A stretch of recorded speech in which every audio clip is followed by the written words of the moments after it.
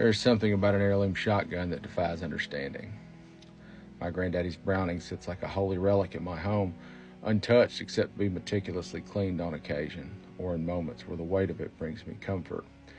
A reminder that it was held, and that to him it was only a thing, an object of steel and walnut, thrown around and used as it was intended.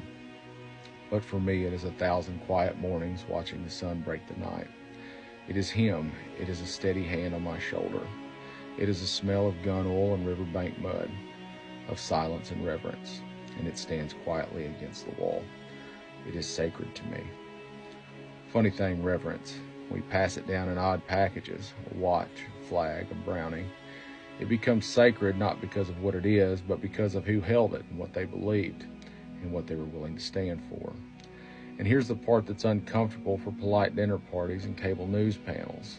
Liberty should be treated the same way. We should be able to hold it in our hands, feel its weight, know who it belonged to before us, and understand that it is only ours for a moment. We are stewards of it, not owners.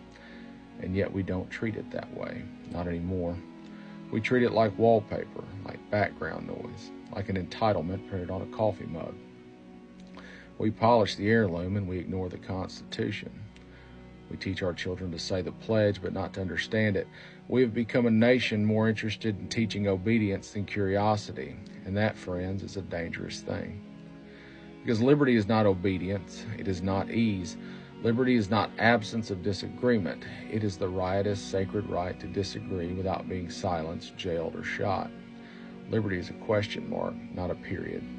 It is hard, it is inconvenient, it gets in the way of efficiency and nationalism and profit margins, and that is why it matters. Hunter Thompson told us that the bastards never sleep, and that the price of freedom is eternal vigilance, preferably with a middle finger in the air and a bottle of wild turkey in your hand. So here we are.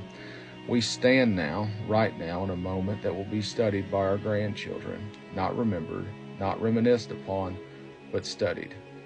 They will ask us what we did when the books were banned, when history was sanitized, when a free press was smeared as treason, when protests were labeled terrorism, when different became dangerous, when leaders encouraged blind loyalty instead of critical thought, when neighbors started reporting neighbors, when liberty became conditional.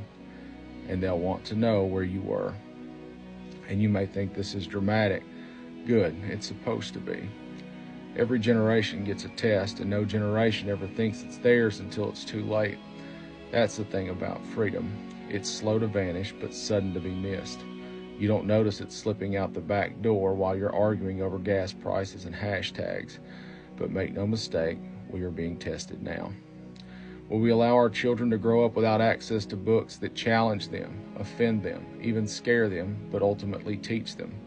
Will we raise them in a world that teaches suspicion of every culture that doesn't mirror their own? Will we bequeath to them a nation where free speech is surveilled, faith is regulated, and dissent is crushed beneath the weight of nationalistic applause? Because if we allow it, if we do nothing, that is exactly the world they will inherit. And let's not sugarcoat it, the enemy is not always foreign. In fact, it rarely is. Empires die from rot, not invasion. The enemies of liberty often wear suits and ties. They speak in platitudes. They wrap authoritarianism in the flag and call it patriotism.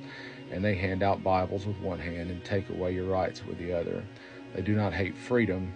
They fear what freedom might say about them. They want order, not justice, control, not conversation, worship, not thought. But we, the inheritors of that sacred, messy, fragile experiment, we still have power. If we choose to use it, if we choose to remember that this is ours, not theirs, that liberty is not theirs to define, restrict, or revise, that the shotgun on the wall is not just a memory, it is a reminder of what must be protected, and not with violence, but with vigilance, with speech, with protest, with showing up and standing up, and never, ever shutting up.